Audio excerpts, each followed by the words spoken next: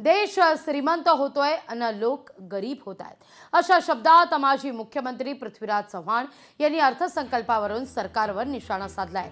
खोटी दिवाळी स्वप्न दाखवून घोषणा करणं हे चुकीचं असल्याचं त्यांचं म्हणणं आहे। दिवा स्वप्न दाखवू नका असं ते म्हणतात।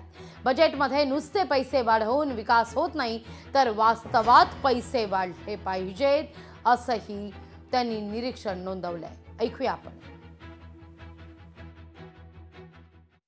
विकसित भारत असेल, विकसित महाराष्ट्र असेल, ती व्याख्या संख्यात्मक व्याख्या केली पाहिजे।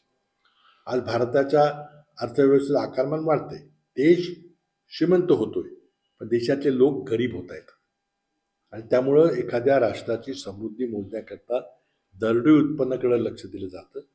आज देश जरी देशाचा अर्थव्यवस्थेचा आकारमान 4थ्या क्रमांकावर गेला असलं तरी दरडोई उत्पन्नाच्या बाबतीमध्ये भारताचा नंबर 140 पेक्षा खाली आहे। लोकशाही मराठी ऐका, पहा, जागरूक रहा।